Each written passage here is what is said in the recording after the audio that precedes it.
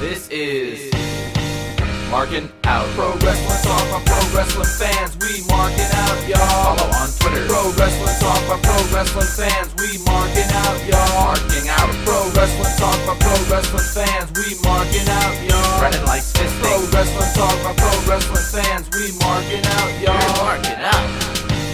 Pro Wrestling Talk by Pro Wrestling fans. Welcome to Markin Out, Pro Wrestling Talk by Pro Wrestling fans. This is episode 737. Make sure that you're checking us out at markinout.com. Download and subscribe over at Apple Podcasts, Amazon Podcasts, Spotify, and iHeartRadio, and wherever else you are listening to your podcast. Give us a 5-star rating to go with that 5-star frog splash. I am one of your hosts, Dave the Rave. Make sure you're checking me out at DavidPTDPT on all social media platforms. You can follow Chris at Chris Sweendog over on Twitter and CMSweeney85 on Instagram. And you can follow Brandon on all social media platforms at BTTG161. Hey, buy a t-shirt, ProWrestlingTees.com/markingout. Give us a like, give us a follow. You know exactly where to check us out. Brandon, how are you? I'm doing awesome as always. How about yourself? Doing fantastic. Fantastic. Yeah. Doing good, though. Doing good. What's good? Not much. I didn't really do much this week. I made a meatloaf. I completely forgot the salt and damn pepper. Mm-hmm. This meatloaf was ruined. I don't know how I forgot that. It wasn't until I was making potatoes that I realized I didn't put the salt and pepper in. So that was unfortunate. The glaze was really good, I'll tell you that. It was barbecue sauce, it was honey, and it was grape jelly. Highly recommend that for a meatloaf that glaze. That sounds delicious. It was fantastic, except the meatloaf was unfortunately not good. Oh, why? I left out salt and pepper. Oh, no. Grave mistake. Yeah, very much so. But outside of that, I didn't really do much. I watched the closing of It's Tough to Be a Bug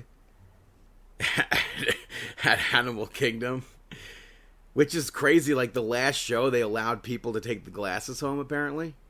They brought back the actual bug eye glasses. And they stopped you. Well, they didn't stop me. They just didn't have those glasses up until this last day. You know, that's messed up. I assume they were thinking they were maybe going to run out because honestly, they were probably the coolest 3D glasses in a Disney park. Mm-hmm. Because they're literally bug eyes. So, It's unfortunate. It opened in April of 1998 before the actual movie came out, which is very interesting. I don't even remember the movie. Yeah, well, I may have never seen it. It was an opening day attraction for Animal Kingdom, and now it's removed for Zootopia, which I still, like I said the other week, I still can't picture what it's gonna be. But it's supposed to open up again, like later this year, so I can't see them doing much inside there. I always confuse A Bug's Life with this one. Ants? Yeah. Because they heard about A Bug's Life and rushed Ants to get to theaters. Huh. So I'm almost certain Ants came out before. I think like the month before maybe. That's interesting. Yeah, I feel like they came out at the same time and it just skewed everything. But that's why you could see Ants is like rough. It's rough. Yeah, that's the one with Jerry Seinfeld, right? With Jerry Seinfeld.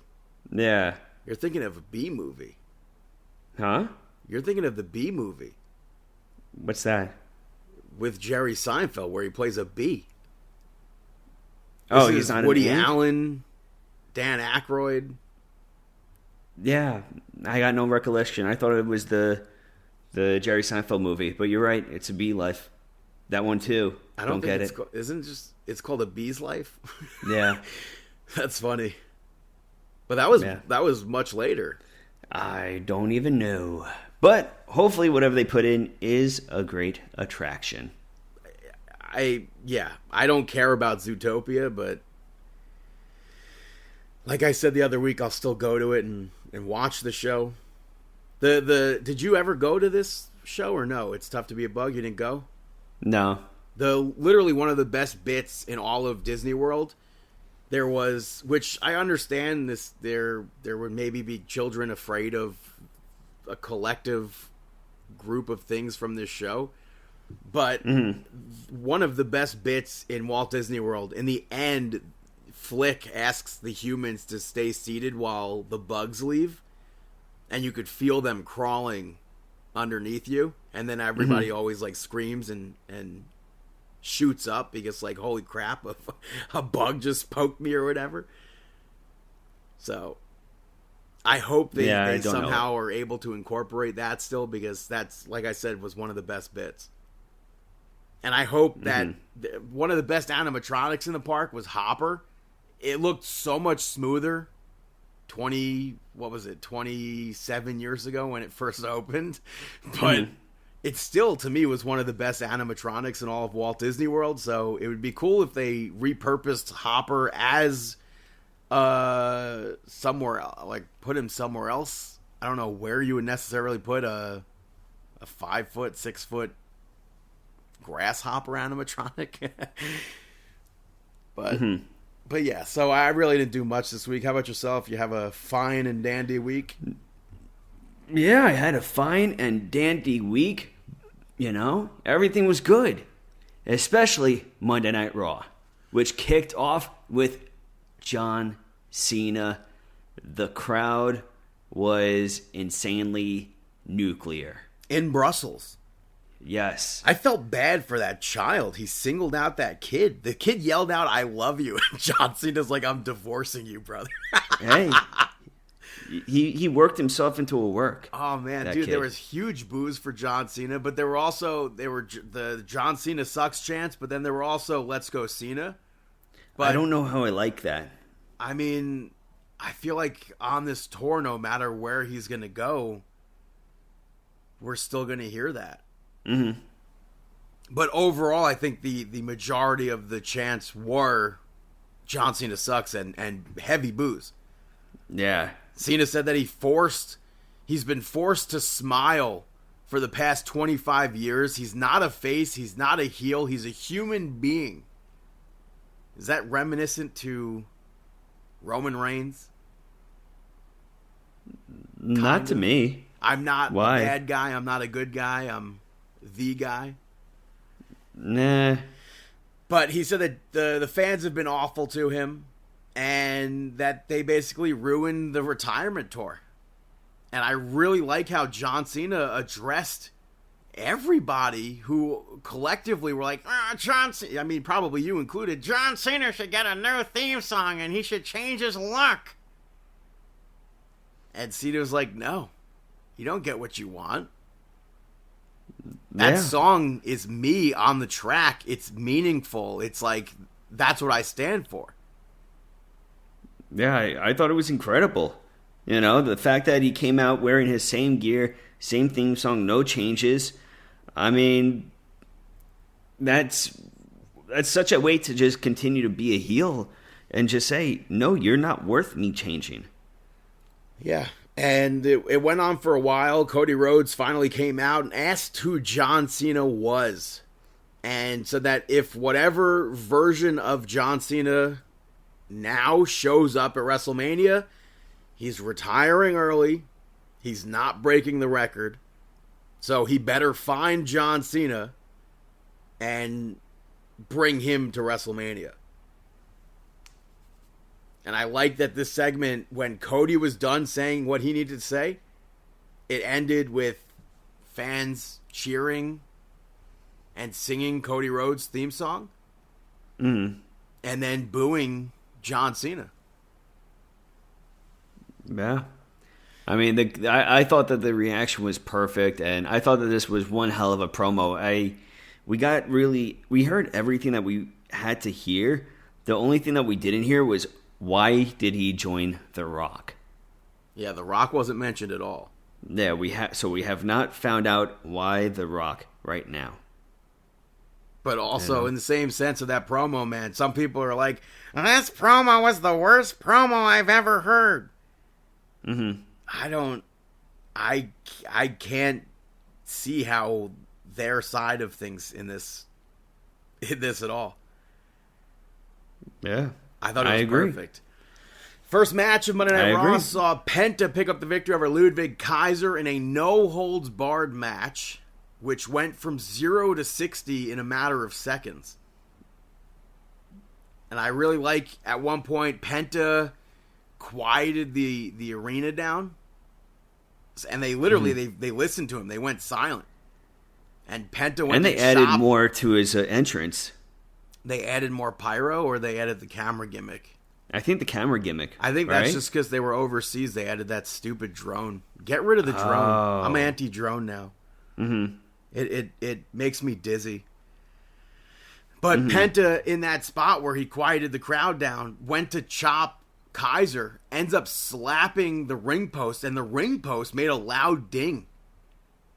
So I thought that was a good spot where they, you could hear, obviously, Penta's probably hurt from that. And they had a lot of good back and forth in this match. Penta hit the Mexican Destroyer on the chair at one point, and then he hit the Penta Driver to pick up that victory. And he was interviewed afterwards, basically saying that he wants the Intercontinental Championship, which later on we saw Dominic Mysterio pitch Penta joining the Judgment Day, which pissed Finn Balor off. And I'll put a pin in that, but overall, I thought that was a good match for Penta. And Kaiser. I agree. I think that everything that they've been doing with Penta has been solid. Very entertaining. But I guess it's all going to lead to the roads to WrestleMania. Yeah. With them. Next up, you had Dakota Kai pick up the victory over Ivy Nile. This match I couldn't really get entertained by. You had Chad Gable get involved to distract Dakota Kai, and the LWO ran down. Prior to this match, they questioned the Creeds where Chad Gable was, and they had no idea. So they went to go get a match made with the Creeds. All of this happened, and it distracted Ivy, which led to Dakota Kai getting that kick and the GTK to get the victory there. I wish all of that didn't need to go into that match to get where they went. Mm-hmm. But that was the basic, the whole meat and potatoes of the match was that distraction. And then later on, the LWO picked up the victory over the Creeds.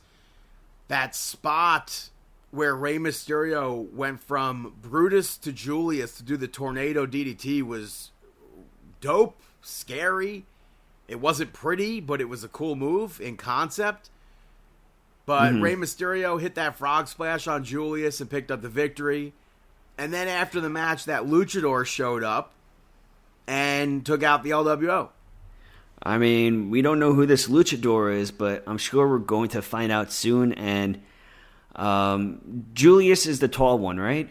Yes. Although I would say both of them are tall. Yeah. Taller. Julius is starting to win me over. And I guess the both of them are. I know I told you in NXT I really couldn't get behind them or anything like that, but I'm getting more and more impressed the more that I see them in action. After that, we had the contract signing for Io Sky and Bianca Belair's match at WrestleMania. Io said that she will still be champion after WrestleMania. Bianca said that she gave Io Sky a pass for last week because it was her fault. But she's not letting Io put her hands on her again. And they both signed the contract. You had to expect Rhea Ripley was showing up. She showed up. Bianca Belair, again, pushed Io. That led to Rhea Ripley headbutting Bianca Belair. Then Rhea Ripley powerbombed Io onto Bianca Belair onto the table. The table did not break, which people were like, botch. Are you dumb? Yeah. Come on. They're botch. In what world? No botch. Who botched the table? No botch. And then Rhea Ripley picked up the contract and signed it herself, and the brawl continued backstage later on. Adam Pearce was super pissed off that she even had the contract signed, but you don't think so? I still think so. I think that's 100% worthy of being Night 1 WrestleMania main event. So I definitely don't think that it's main event worthy, because I feel strong that it has to be CM Punk, Rollins, and Reigns in a main event. Meanwhile, there's hardly any build right now. I would. There's so much build with the three of them. I would say. I mean, there's more. There's more build. I mean, not. I don't know. More consecutive build for Io, Bianca, and Rhea over the past years versus. I mean, obviously Not CM Punk too and Seth much. Rollins faced off or teamed up in NXT years ago, and Roman Reigns and Seth Rollins have their history with the Shield. Obviously, the Shield has their history with CM Punk. It's not that much of a build between Bianca, Io, and Rhea. I mean, Io only got the title change recently, and right before that, she only inserted herself into her, saying that she will be at WrestleMania, like maybe 3 weeks before that. Yeah, but I mean, I don't mean like build as in like they like WrestleMania. They're I don't know how to say it, but like I mean, as in history between them, consecutively I don't know. on TV. Yeah, I'm still going Punk in the main event with all the other guys, but I don't think that this signing. I like how how Pierce is saying like, no, it's not official to her, because that's not the name. That's not the name on the contract or anything. Sure, it's the signature, but that every single other piece of that contract doesn't say her name. So pretty much he's saying that it's void. Right. I like that, because usually we'll see in pro wrestling, oh, somebody stole the contract and they put their name. But in reality, if a different signature is on a contract and in print has this other person's name, it really is void. Unless you put your initials next to it or whatever, but you have permission, of course, from the signee. But I don't know. I like that Pierce is going this route, though. We'll see what happens. After that, we saw Jey Uso pick up the victory over Austin Theory in a beyond quick match. Grayson Waller apparently it was supposed to be longer, but it got cut short because of John Cena's promo. Who knows? I don't even know if it was necessary for it to be longer. Mm-hmm. I think Austin Theory is someone who can lose in that short amount of time. Yeah. But Grayson Waller distracted Jey Uso to start the match, but Jey rocked Austin Theory with that spear in like 6 seconds. It looked more like a crossbody. When you look at a picture of it, it would look like a spear. So I think it's an unfortunate camera angle there. And then also that dive on the outside was very unfortunate. That was like all over Twitter, comparing him to Top Dollar, which I still feel like we've seen both of them hit the move. So mistakes happen. Yeah, it happens making botches or mistakes or errors during a match it's a part of pro wrestling. You know, it happens. He took A-Town Down Under out afterwards, and then Gunther showed up, locked Jey in that sleeper again, which Gunther said, I'm going to do that week after week after week. And this time Jey got out of it. He ripped the title from Gunther and sidestepped Gunther, which sent Gunther over the top rope. And then he ends up throwing the title at Gunther.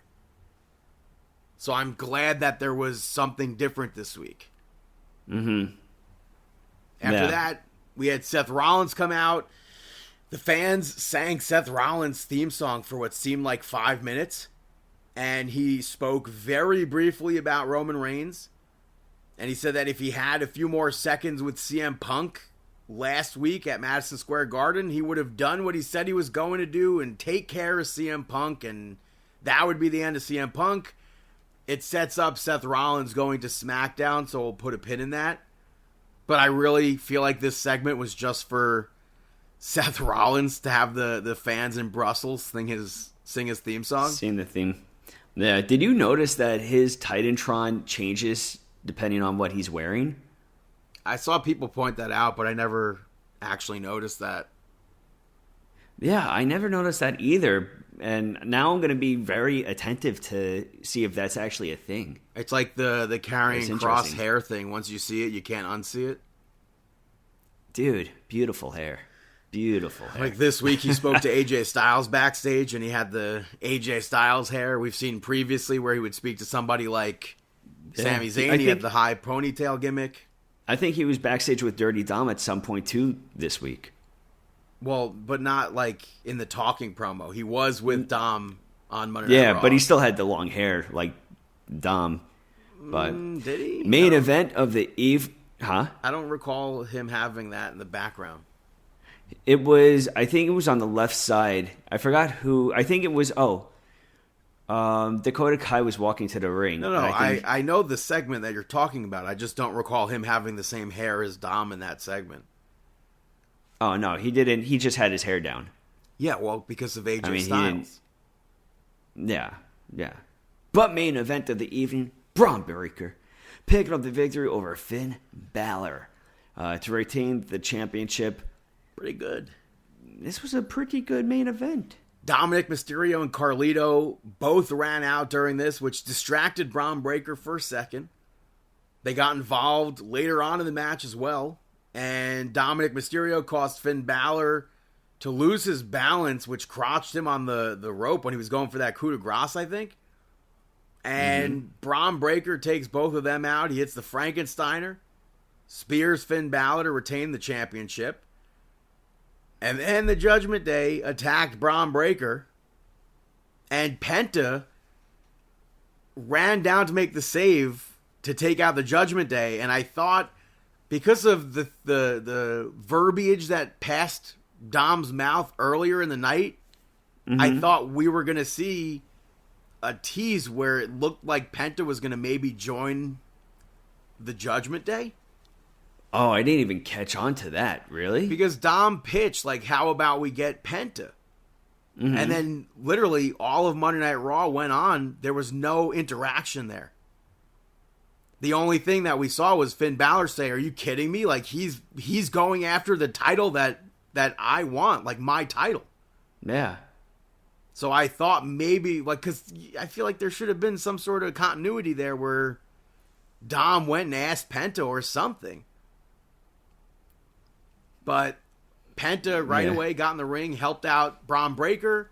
There was a tease some point during this segment where Dom was looking at the Intercontinental Championship himself. But Raw ended with Penta holding the title up and then giving it back to Braun Breaker. Yeah. I don't know if it's going to be some sort of with that. multi-man match at WrestleMania or what's the deal there. I don't know. I mean, I saw the rumor of a 6-man ladder match for the IC Championship. With Zack Ryder coming out at the last second and winning? Never say never.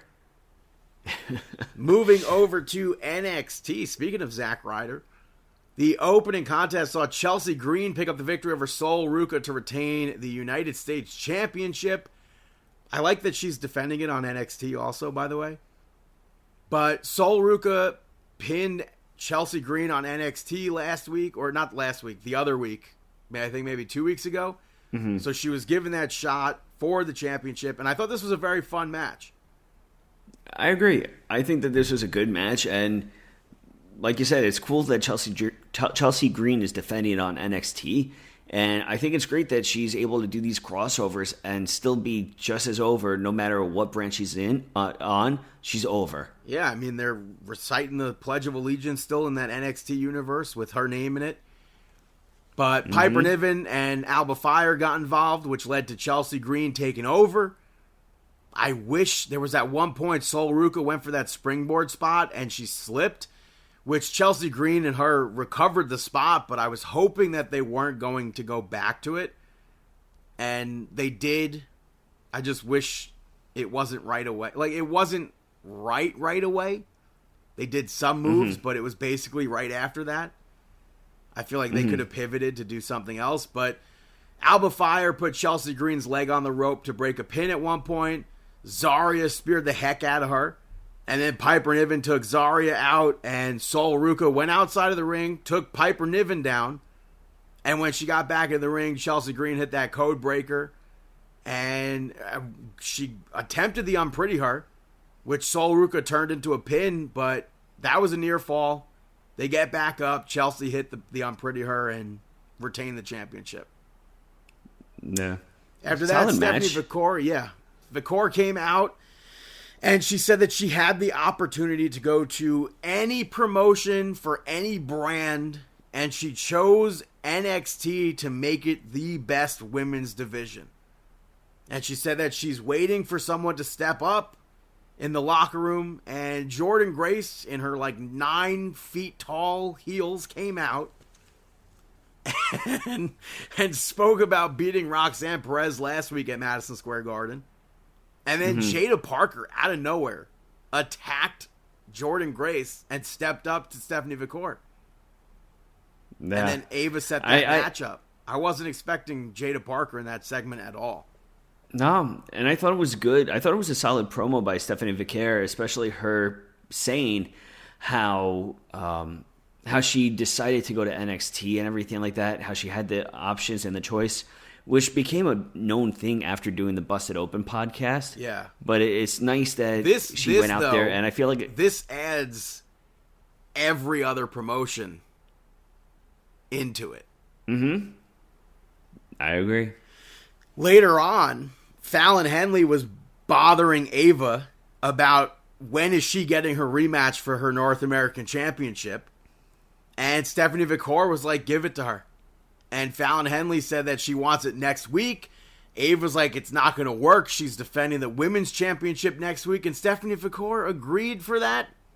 So she's defending both championships next week, which is absolutely crazy. I don't know if we're going to walk away with Stephanie Vicor having both championships, one championship. What's the deal there? I assume she'll probably walk out with both. Yeah, I think she's going to be coming out with both of them. You had Josh Briggs and Inamura pick up the victory over Hank and Tank in an action-packed match. You had one point, Hank and Tank at one point, they did that springboard outside, and I was annoyed because Briggs and Inamura were literally just standing there, and we always complain like these dives to the outside where people are just standing there looking like they're just waiting to be having the person fall on them is super annoying, but they moved. So I was so happy to see that, like where they were, I guess technically you can call it playing possum. So I was happy with that. I thought the match was over after the series of double team moves from Hank and Tank, but Josh Briggs kicked out. Hank and Tank went for the Hardy Boys gimmick. Inamura pushed Hank off the top rope. Tank missed a swanton. And then Inamura hit that splash. I don't even know if he has a name for it or whatever, but it's like such a unique where he like builds himself up to do that body splash. I think it's a great splash to get that victory for him and Josh Briggs. Yeah, I agree. And I think Hank and Tank, they remind me a lot, I always say, but also of, Heavy Machinery to a point. Really? To a point. I guess kind of. You know, so I used to think that maybe they won't get over on the main roster, but the more I see them and stuff like that, I don't see them being like top tag team, but I think they could have a spot. Yeah, I feel like they could have a spot. But next up, you had the Culling pick up the victory over the Family. This was Nico Vance, Brooks Jensen, and Izzy Dame taking on Luca Crucifino, Stax, and Adriana Rizzo, which got started right away. I popped at Vic Joseph bringing up the Misfits in action. He brought up G.I. Bro. Major Guns was brought up as well. But this was very fast-paced. You had the main chunk of this match, the whole, like, the main thing to mention, I guess you should say, was that Retribution, Dark State, I believe is their new name, attacked Tony D'Angelo backstage. And that distracted the family, leading to the end where the Cullen got the victory. Yeah. And then It later seems like on, the family got to get back on track. yeah.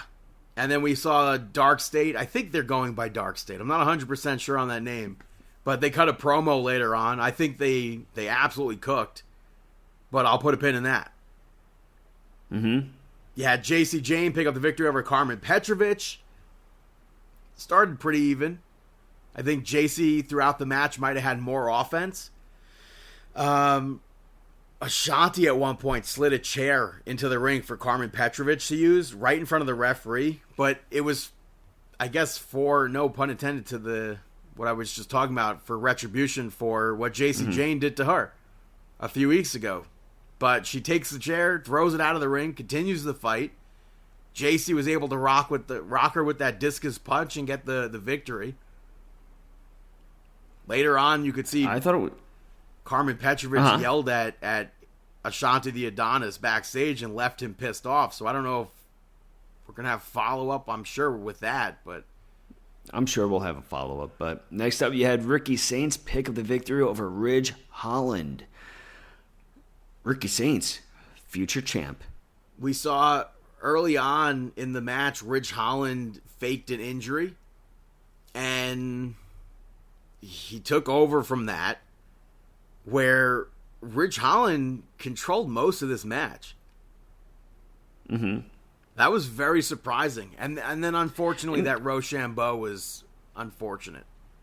I'm okay that Ridge Holland controlled a lot because he's a powerhouse. Yeah, I go back and forth, because Ricky Saints, you want him to be like this megastar, and he didn't look quite like that. And after that Rochambeau, I didn't think that was going to be the ending with how it looked. I thought Ridge was going to kick out. Commentary, I even think, said like, "Oh, he didn't get all of it." True, I could understand where you're coming from, but then with him being, yeah, we'll see. And then later on, it seemed like the Culling were trying to recruit Ricky Saints, but then it also seemed like Ricky Saints is going to be beating Sean Spears for that title at Stand and Deliver. They had words backstage, so at first I was like, oh, it seems like maybe they're going to recruit him, and then by the end of it, I was like, oh, it's obvious Ricky Saints is going to be champion walking out of WrestleMania weekend. Yeah. Which I feel like was probably obvious as soon as Sean Spears beat Tony D'Angelo for that title. I think we probably even said that then. In the main event, we saw Trick Williams pick up the victory over Eddie Thorpe in an underground match, which I like that they had wrestlers from Evolve surrounding the ring. This was, I believe, the first time we saw Evolve superstars technically on NXT TV as like the Evolve brand, which is, if you're not watching that on Tubi, it's like such a unique show that I've not seen anything quite like that before. It's very, very interesting.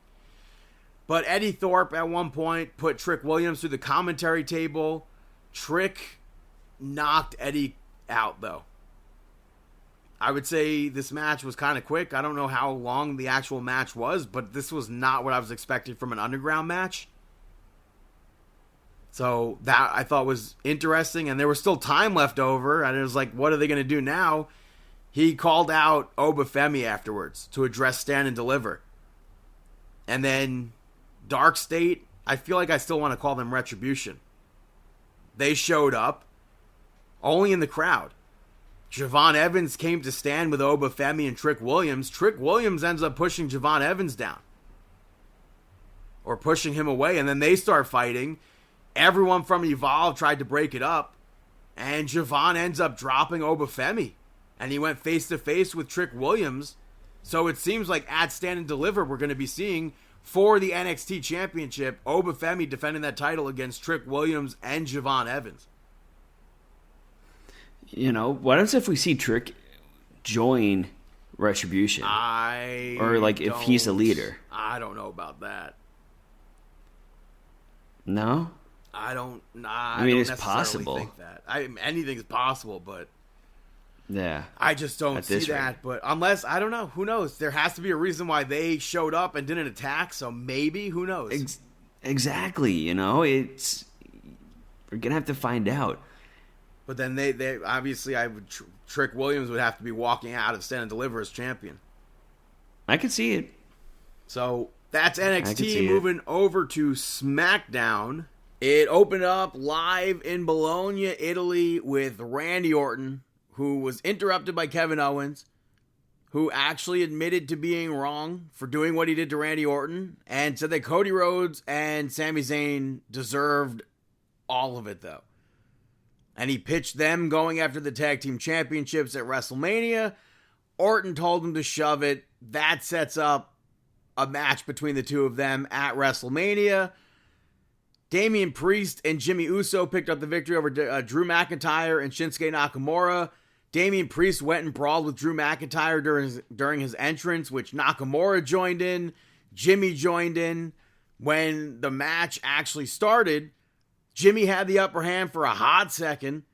Then McIntyre and Nakamura completely took over. And I think they did a really good job of keeping Jimmy away from being tagged in, or away from tagging Damian Priest in. When Priest finally got the hot tag, he took over. He hit the South of Heaven on Nakamura to get that victory. And as soon as he won, Drew McIntyre attacked him. He ends up hitting the Claymore into the ropes to end that segment. And then later on, Kathy Kelly interviewed Drew McIntyre and asked basically where this ends. And he said he didn't start it, but he's going to end it. So I assume it's going to end at WrestleMania. He told Damian Priest he knows where he'll be next week. So we'll see we'll see what happens with that. You had a segment with Tiffany Stratton and Charlotte Flair. Separate rooms, sit-down interview. I thought it was very goofy that Charlotte tried to put Tiffany Stratton's title reign down because she cashed in the Money in the Bank to win it, when so many others have done the same exact thing. When she won a Royal Rumble, which guarantees her a match at WrestleMania for that championship.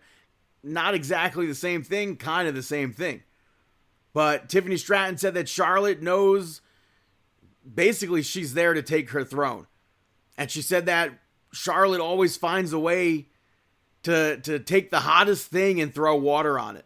Which kind of doesn't seem like a lie when you look at what everything we see with Charlotte in the past. She always attaches herself somehow to that championship. You had Braun Strowman pick up the victory over Jacob Fatu via disqualification to become the number one contender to the United States Championship. This was exactly what you would have expected it to be. But they spent a lot of the time outside of the ring. Like they would be outside, get back in, and then be back outside again pretty quickly after that.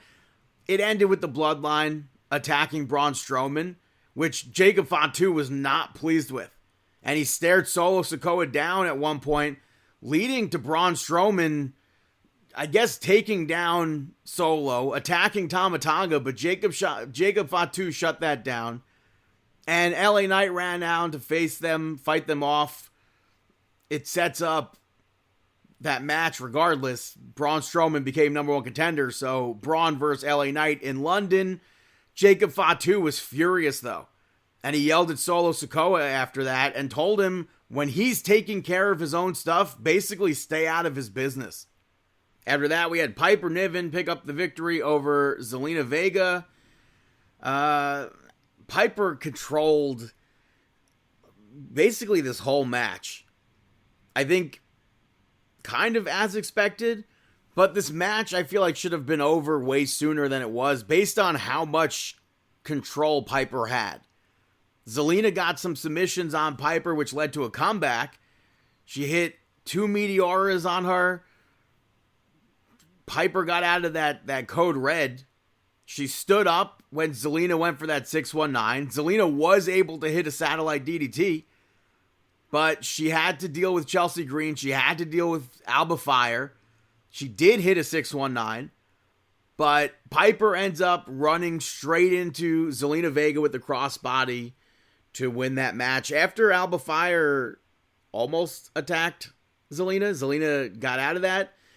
I saw someone say that it killed Zelina's momentum with this match, but she lasted way longer than she should have. So I don't think her momentum was damaged at all. Another vignette with some smoke and that number 4 aired. I, again, feel like it's most likely Aleister Black. I wish we got more from it this time. They also aired another Rey Fenix vignette, and this time we know it's him. They showed his body. They showed his tattoos. We know what his tattoos are. It's so surreal that Penta and Fenix are both in WWE. I'm looking forward to seeing what he does on, I assume, SmackDown. After that, Liv Morgan picked up the victory over Jade Cargill. I liked Liv's promo earlier when she said that Jade Cargill had plenty of time to post on Instagram, but she didn't do anything to clear her and Raquel. So that's why this match is personal for her.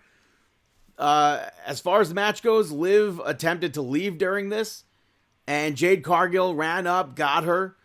Raquel almost oblivious to that, but she followed them back down to the ring. She did distract Jade when they were eventually in the ring again, but the fans kind of seemed like they were more behind Liv Morgan than they were Jade. They were definitely cheering her, though. I liked Jade countering Oblivion with a German suplex. I thought that was very nice. But Naomi showed up. You had to assume Naomi was showing up. Raquel distracted the referee. Naomi knocked Jade Cargill out with the tag team championship. And then Liv Morgan was able to hit Oblivion to pick up that victory. Naomi afterwards beat Jade Cargill down. The fans absolutely booed her. I wasn't expecting that, but they were not happy with Naomi. You had the Street Profits come out and cut a promo. Angelo Dawkins said that they had a lot of doubts over the past 4 years, but winning the tag team championships made all of that worth it. Legado came out with Santos speaking Italian, and he said that their reign is going to end abruptly, and Los Garza is ready to take those titles from them. Pretty Deadly showed up to remind Santos Escobar that they are actually the number 1 contenders. And then Montez Ford was like, I don't care, let's have a match. It sets up a tag match. Street Profits picked up the victory over Los Garza.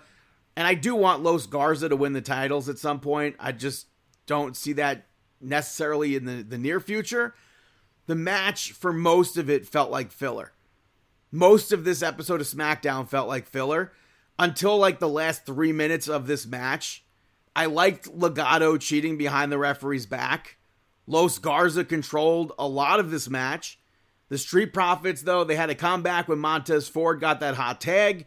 Los Garza tried their finisher from the middle rope, and Montez Ford landed on his feet. Eventually hits a frog splash on Angel to win that match.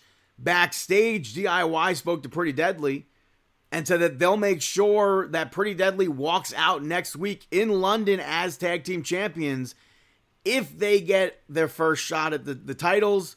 Pretty Deadly, I kind of want to say surprisingly, turned them down. So I assume DIY will cost Pretty Deadly the match next week. But Motor City Machine Gun showed up afterwards just to welcome them to the back of the line. I thought that was funny. And then SmackDown ends with Roman Reigns. We knew Seth Rollins and CM Punk were all there. Roman started this and said that CM Punk screwed him at the Royal Rumble. So he screwed CM Punk at Madison Square Garden. And Seth Rollins tried to kill him at the Royal Rumble, so he did what he did to Seth Rollins at Madison Square Garden as well. Seth came out, told Roman Reigns that he messed up and he doesn't know how dangerous CM Punk is to the future of WWE. And then CM Punk came out. Paul Heyman right away was torn. And CM Punk said that neither of them have beat CM Punk without the other's help. And he didn't screw Roman Reigns at the Royal Rumble. That's just what the Royal Rumble is. He helped his family at War Games. If he didn't do that, Roman Reigns wouldn't even be in the Royal Rumble. And he mentioned the favor. We still don't know what the actual favor is, but he thanked Paul Heyman for getting Roman Reigns there. Roman then turns his attention to Paul Heyman. CM Punk attacks Roman Reigns. Seth Rollins attacks CM Punk. Roman Reigns attacks both of them. The big brawl starts. It gets broken up. CM Punk goes onto the commentary table, points to the WrestleMania sign. The brawl continues. Seth Rollins eventually points to the WrestleMania sign. Roman takes them out with the steps, and it ends with the brawl. So this is clearly leading to WrestleMania, as we spoke about before. And that was SmackDown in Bologna, Italy. So right now, I'm going to take a quick little break, and I'll be right back here on Markin Out. What's up? This is the Shaman of Sexy, John Morrison, and you're listening to Markin Out. Welcome back, ladies and gentlemen, to Markin Out episode 737. Moving back to AEW Collision last week. It was at the theater at Virgin Hotels in Las Vegas. That venue, I think, looked fantastic. It opened with Ricochet picking up the victory over Shibata. At one point, Shibata was down, and Ricochet sat down next to him. And he sat up, and they did that terrible chop and slap spot.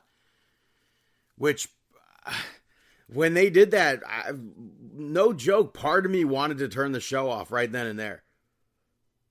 I hated that spot. I truly hated that spot. Ricochet got his feet on the ropes to pin Shibata. And then Tony Schiavone had to explain that it's been used for many years in pro wrestling to get a victory. That was a doozy, man. You had Powerhouse Hobbs pick up the victory over Griff Garrison. I swear to God, if I had water in my mouth when I saw that it was Griff Garrison, I would have spit all the water out. I was shocked to see Griff Garrison. The last time we saw him, he lost to Edge over a year ago. Prior to that was 2023. And then before that was a whole year. So really, we have not seen Griff Garrison steadily since, I think, 2022. Which is absolutely bizarre. This, to me, is a wrong direction for Powerhouse Hobbs. You had the frat house jump or try to jump Hobbs afterwards. The Outrunners made the save. I'm pretty sure Powerhouse Hobbs could have taken all three of them by himself. There was really no reason to have any of this. You had Mark Davis pick up the victory over Mark Briscoe to advance. Lance Archer and Brian Cage had Mark Davis beat some random person up backstage beforehand. So I went into this match not excited. Overall, I think the match was fine, but I wish Mark Briscoe was the one that was moving on. I hated that ending with Brian Cage and Lance Archer getting involved. And then you had the Don Callis family pick up the victory over Bryce Saturn, El Fatal, Matt Vandegrift, and Sonico for some reason. Same exact match that Lance Archer's been having for the past 5 years. It's boring. It's tired. The only thing new is Brian Cage. It's 30 steps back. I don't understand what they're doing here. It's the same thing week in and week out. Why would I care about this when I've been watching it for 5 years? The same thing. They continued the beatdown afterwards. Mark Briscoe ran back out with a chair. He got shut down, and then Hobbs came out to brawl. Why couldn't he take all three of those other people out? Makes no sense. You had Hologram and Top Flight pick up the victory over Shane Taylor Promotions. Action Andretti and Leo Rush came out to watch this match. They also showed Harley Graham and Black Taurus backstage, and they stared one another down. The dropkick and German suplex spot that Top Flight used to win the match I thought was really nice. I thought that was well done. I thought Hologram would have been the one getting the pin since, Top Flight's been missing for 2 months. After that, Megan Bayne picked up the victory over Thunder Rosa. Last week, I believe I said that I wasn't sure if Thunder Rosa was still in this feud even. So, I guess she is in the feud. Toni Storm is calling her her friend. She got a promo earlier, and Megan Bayne attacked her. And then Thunder Rosa came out with taped ribs. I hate that she's still posed instead of just running out and brawling with Megan Bayne. We've seen Thunder Rosa in some pretty big fights, and she just came off as super weak. So I wish that was different. I get that they're trying to make Megan Bayne look strong. Not that you really have to do much. But For me, it didn't come off like that. Megan Bayne hit an F5 on the entrance where Thunder Rosa very clearly didn't hit the stage.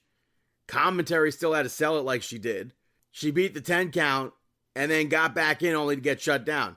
Every wrestling company, I really need every wrestling company to stop doing that 10 count spot. I literally just said it the other week with WWE. It needs to end. Megan Bayne continued the attack afterwards. Toni Storm came out to brawl. Toni Storm got put down. And then they had Chris Statlander run out to check on Thunder Rosa. And she got into the ring, stops at Toni Storm as if it was Thunder Rosa, sees that it's Toni Storm, left the ring, goes all the way around the ring to Thunder Rosa. I guess she didn't know where Thunder Rosa was, right off to the side on the entrance, but that was interesting. And then the main event saw FTR pick up the victory over Undisputed Kingdom. Their match the other week was great, and this was another great match. Adam Cole and Daniel Garcia did commentary. I think it's so crazy opening with that awful slapping stuff with Ricochet and Shibata, going into this match where Roderick Strong chopped the absolute hell out of Dax to the point where it caused blood. FTR in this match kind of used heel tactics to do things behind the referee's back that can technically be due to them just being a really good tag team. I'll put a pin in that. When they hit Shatter Machine, I thought that was going to be the end of the match, but Kyle O'Reilly pulled Dax off the pin. Dax got back up. He pinned Roderick Strong again. Roddy got his foot on the rope. I thought that was a great sequence there. And then Undisputed Kingdom hit a move, and Dax pushed Kyle O'Reilly out of the way. They dropped Roderick Strong with the Shatter Machine to pick up that victory. And then again, 2 weeks in a row now, FTR refused to shake hands. I'll put a pin in that too. AEW Dynamite kicked off in a giant blizzard. Ricochet and Mike Bailey picked up the victory over Orange Cassidy and Mark Davis to become number one contenders. The only person I think that should have won this match was Ricochet. But if they're going to be pushing Speedball Mike Bailey to the moon, I think that's a great match for him to win. But I'm not a fan of this ending at all. And as far as this match goes, I think they did too many comedy antics for it to be a number one contenders match. You had Orange Cassidy a few weeks ago. He's doing this comedy stuff. He lost. And then he gets the match where he wins. He lost. How many times is he going to lose, get a shot, lose, get a shot? Maybe something needs to change. But this match eventually breaks down into the move gimmick. Orange Cassidy almost won. And I would have been super annoyed at that. But Speedball Mike Bailey ends up pinning Mark Davis with a backslide pin. Ricochet hops on top. Puts his feet on the rope like we saw with Shibata. And also pinned Mark Davis. The referee, there's absolutely no way the referee would have seen Ricochet. Like, there's 0% chance the referee saw Ricochet pinning Mark Davis as well. He's literally focused. He starts to count before Ricochet even hops on. And he's focused on the shoulders. But somehow the referee sees that Ricochet won. And then it's his decision to take a singles match that should be Kenny Omega versus Speedball, perhaps. And turns it into a triple threat instead of Tony Khan. You've had so many times where Tony Schiavone's like, ladies and gentlemen, we just heard from Tony Khan. I hear him in my ear. Tony Khan is making this match official. Why in that instance is the referee going to take a one-on-one, turn it to a triple threat match? How does that make any sense? After that, Mercedes Moné picked up the victory over Billy Starks to retain the championship. There's backstory with Billy Starks being a fan of Sasha Banks when she was a kid. They've been building this match up for a month or so, which I don't think has been like a great build or anything, but at least there's still build to it. And they played a video package for Billy Starks. For people who may not know who Billy Starks is, because Billy Starks isn't on AEW programming. They did all the right steps for this match. I was very much so looking forward to this. Mercedes controlled the beginning of this. Billy Starkz had to come back to gain control, but the foot on the rope spot I thought was very, very brilliantly done. Because I did not see Mercedes Moné's foot on the rope until after the pin was stopped. I was like, why did the pin just stop? And then you see her foot is on the rope. I thought that was great.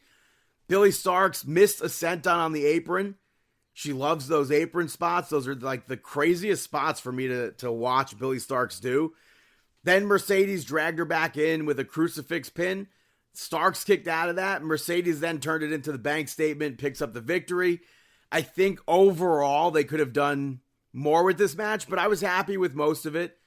I did think we were going to see Athena show up, but Mercedes Moné later on was interviewed and trashed whoever mentored Billy Starkz, so obviously that's going to be leading to, at All In, definitely All In, Texas, Athena versus Mercedes Moné. I think Athena's probably going to get that victory there.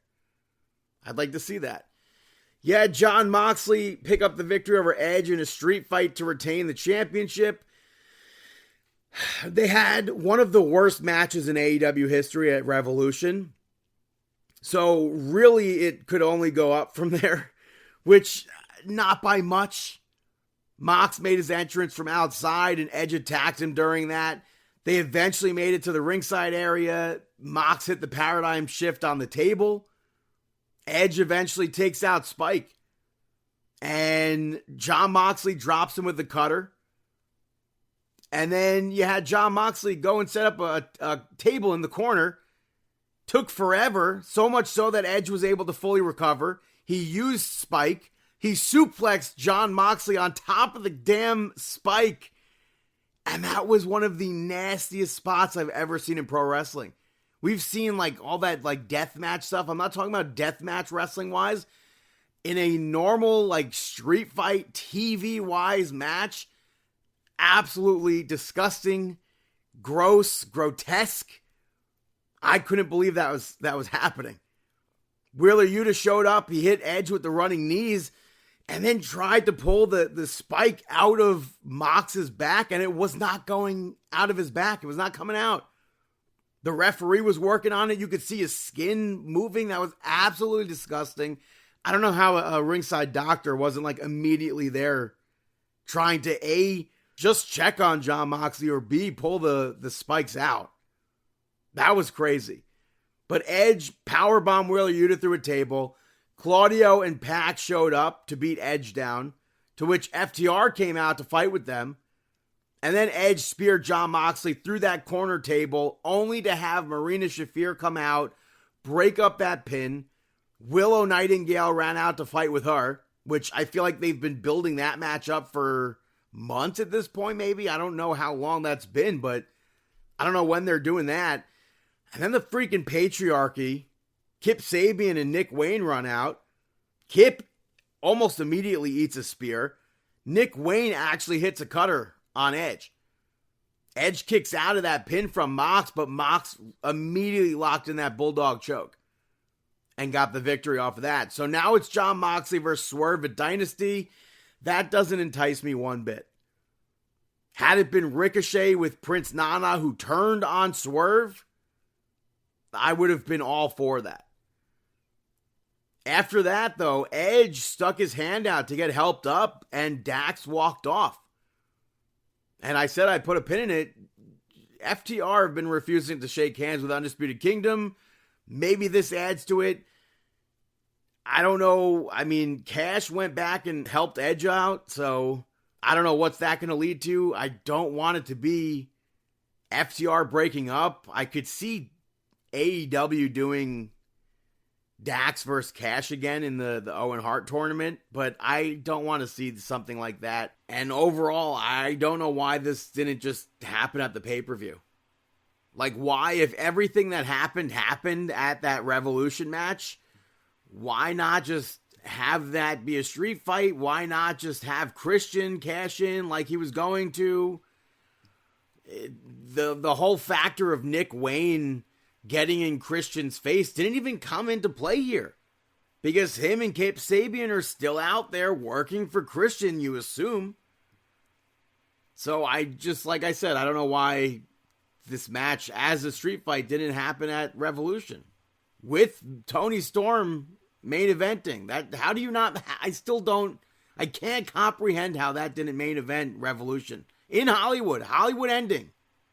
You had Will Ospreay pick up the victory over AR Fox. This match is absolutely not needed at all. I like AR Fox, but if Ospreay is cutting promos saying that he wants to main event All In and they're pushing him like he's the main event, the top main eventer, how is AR Fox the opponent for him? His last win was August 2023. It's 2025 now. It's an absolutely meaningless win. It's not like Will Ospreay needs to start at the bottom and work his way all the way up. It's Will Ospreay. He's at the top. So this match made no sense. As far as what they did in the actual match, I think it was a good match. But that's like an indie match where you're like at an event. Holy crap, Will Ospreay and AR Fox are killing it right now. There's no story there. It's not TV. Meaningless victory for Will Ospreay. It doesn't help Will Ospreay. It maybe even damages Will Ospreay to me. The main event saw Megan Bayne pick up the victory over Chris Statlander. When Tony Schiavone said that they had another women's match coming up, I thought he misspoke. I was absolutely shocked to see two women's matches on Dynamite where both matches had build, both matches had story. I was beyond shocked. You had Toni Storm come out and do commentary, immediately makes inappropriate comments. I'm so over the Toni Storm gimmick. Her, Tony Schiavone, and Excalibur on commentary made for one of the worst commentary teams I've ever heard. I would have preferred if she wasn't there. Having to listen to her gimmick just took me out of this match. Penelope Ford got involved at one point for Megan Bayne to get the upper hand. She was eventually kicked from ringside.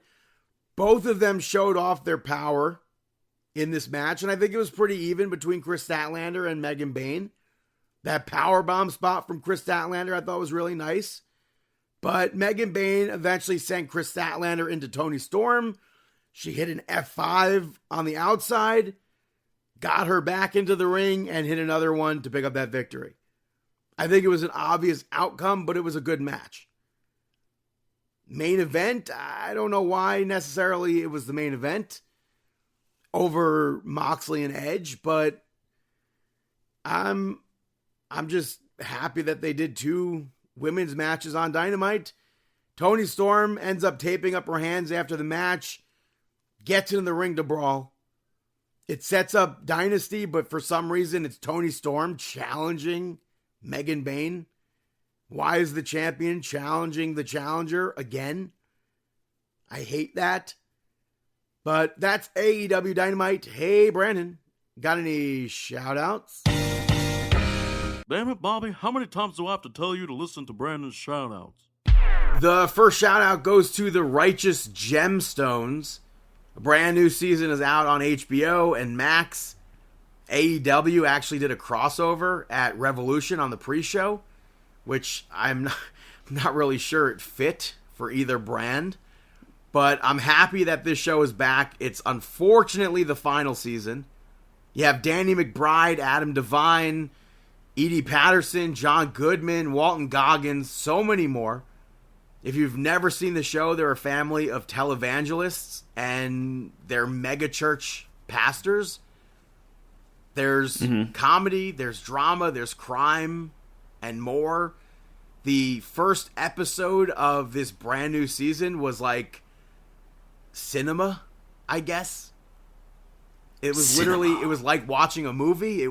None of the cast members were in it. It was Bradley Cooper, and it was Civil War times to show like the actual background story to the Gemstones. It sounds like a good show that I would be interested in. So that episode, it was very well done. I would definitely have watched a full movie of that. It was very, very well done. Then the second episode goes back to the cast.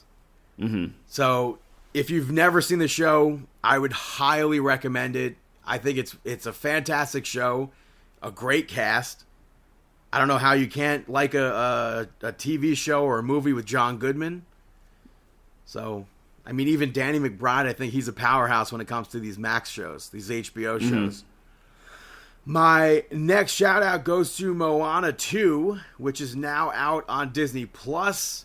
I watched it on the plane going down to Orlando the other week, which I feel like is a really a disservice to Moana 2 to watch it on such a small screen. But I thought it was a really good movie. It was originally supposed to be a miniseries for Disney Plus, and they reworked it into a movie. I was very surprised after watching it that it wasn't nominated for an Oscar. And I was worried, I guess soundtrack-wise, they didn't have Lin-Manuel Miranda. I think due to scheduling, he wasn't able to do it. But I think the soundtrack is still fine. I still have to see it. I think the original movie and its soundtrack is better than this one, but I still enjoyed this. Not to spoil anything, but you do see Moana at one point level up. Mm-hmm. So I thought that was very interesting, and I guess they can do so much more with the franchise now. A third movie seems to have been teased. So if you haven't seen that, I would say check that out as well. Last shout out goes to Deli Boys, which came out the other week on Hulu, all 10 episodes. It's a very quick watch. It's less than half an hour an episode. Now this show I want to watch. Yeah, it follows two brothers whose fathers, I guess sudden death you would say, reveals a hidden criminal enterprise. It stars Asif Ali and Sagar Sheikh. I think it's a great show. It's a comedy. It's not renewed yet for a second season, but I would be very surprised if it's not renewed for a second season. And they're doing great advertising and promoting for this TV show too. It ends on a cliffhanger. What have you seen for advertising? I saw a few on YouTube, I think I've seen a few on YouTube, and I've seen a few on like social media, like Instagram Reels, as I'm scrolling through. And they've been doing a good job with it, getting the word out there about it. I'm definitely intrigued and want to see it. It looks really funny. Yeah, so it's like less than 4 hours. You could definitely watch it in a day. So check that out as well. Those are my shout-outs. Now it's time for our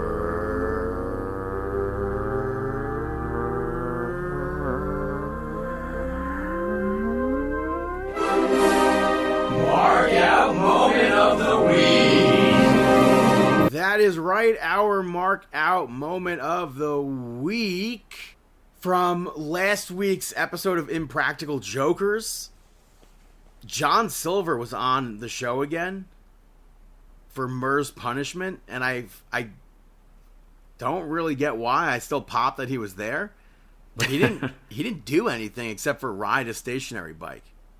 Mm-hmm. I don't know if it was just like throw Murr off whatever, but I feel like it was a waste of John Silver in that segment. Yeah, but he wasn't booked that well. It was still cool to see him on the show. Yeah, I didn't even realize that Impractical Jokers was still an active show. Yeah, I think they're winding down to maybe a final season, and I don't think that final season's going to have Joe on it either. Yeah, everybody's moving on. But I feel like if they do one final season, they need Joe. Mm-hmm. So, did you mark out True. anything? I have a few more. What else do you have? I marked out over baseball season starting up. Very, very big mark out moment. I'm excited MLB for it. Account are giant marks for WWE. Oh yeah, they keep on doing everything that they want to do with that WWE on that account. You know, from John Cena. I forgot what they had the other day, but I just saw another one. Oh, who was it? Stone Cold Steve Austin. Oh yeah, for Stone Cold Steve Austin Day, 3/16. Yeah, 3/16, Stone Cold Steve Austin Day.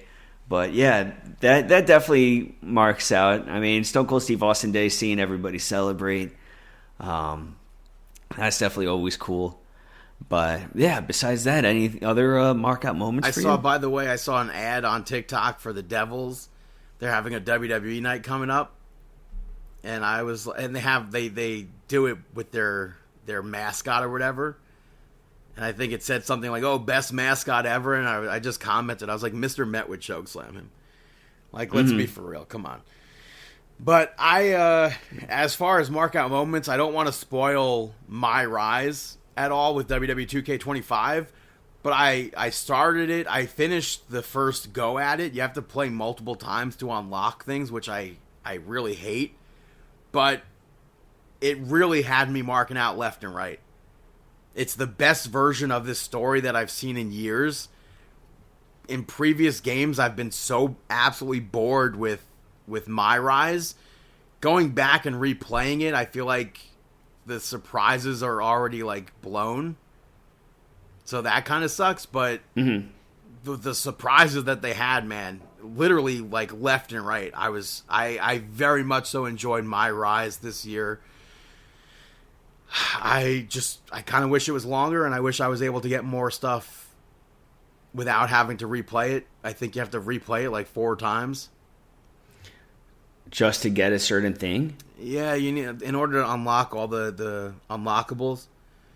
I guess other arenas and stuff. Right now, through the first playthrough, I got the main things that I would want. That being, even though it's not Scott Steiner 03, it's titled Scott Steiner 03, and it comes with the 03 theme song.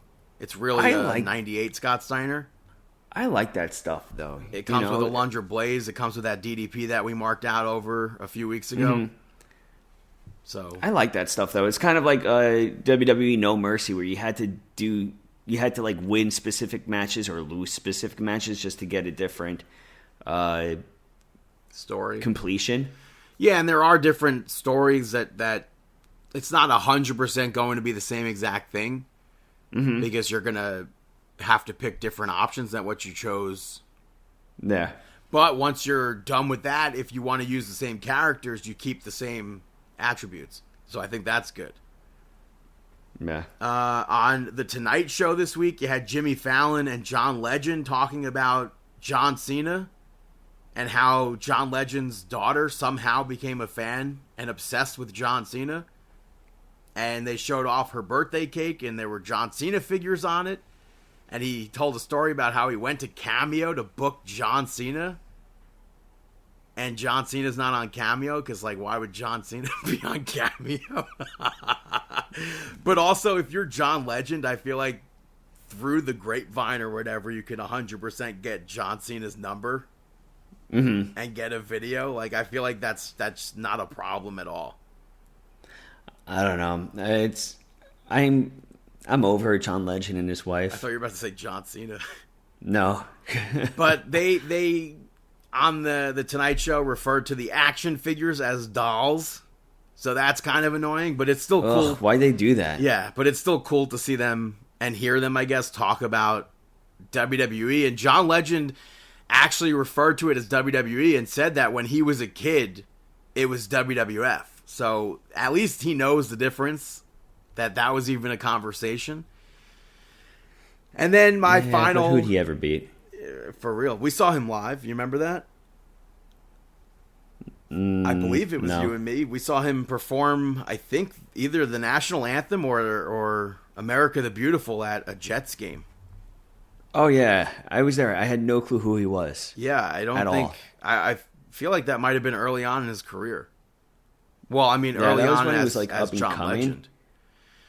But another another mark out moment I had. WWE Vault posted a career retrospective for Trish Stratus in honor of her 25-year anniversary. And the very first thing that they talk about was, I guess obviously that they would talk about, was her debut at the Nassau Coliseum. And she said that when they told her that she was going to be debuting that night, she was like, well, what am I going to wear? And she said that they went to a local mall to get the outfit. Which, by the way, she kept saying in Long Island, which I guess I'm going to forgive Trish Stratus for that because she's Trish Stratus. But you have to assume, because of the debut happening at the Coliseum, that she would have been staying at that Marriott.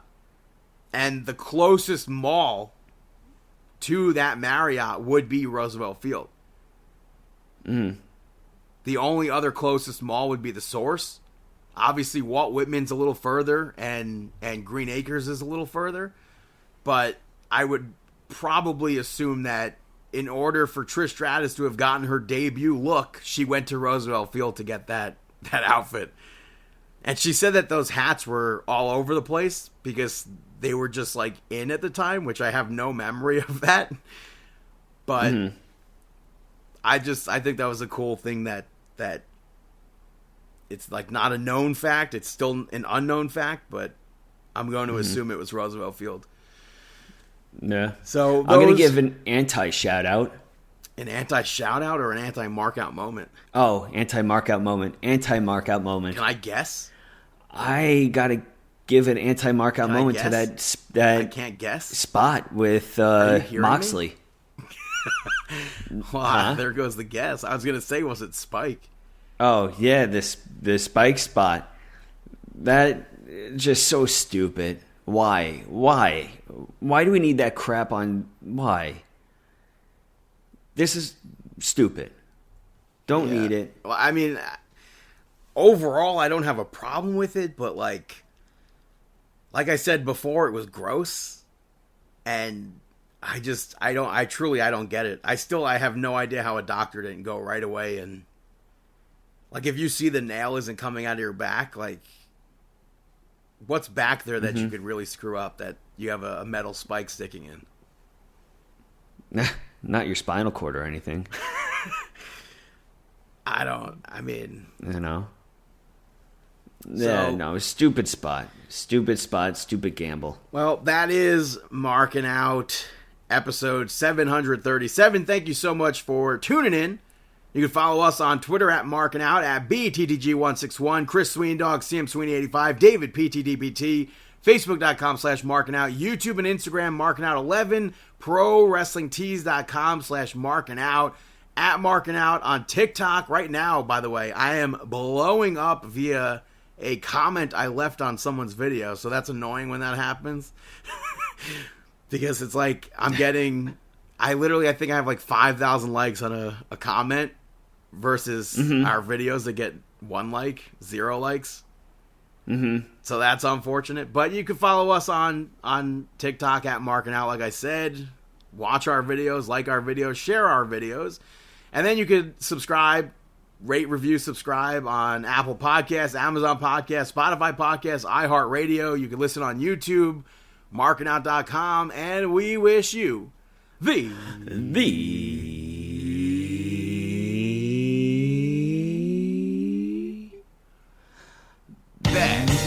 best of luck in your future endeavors.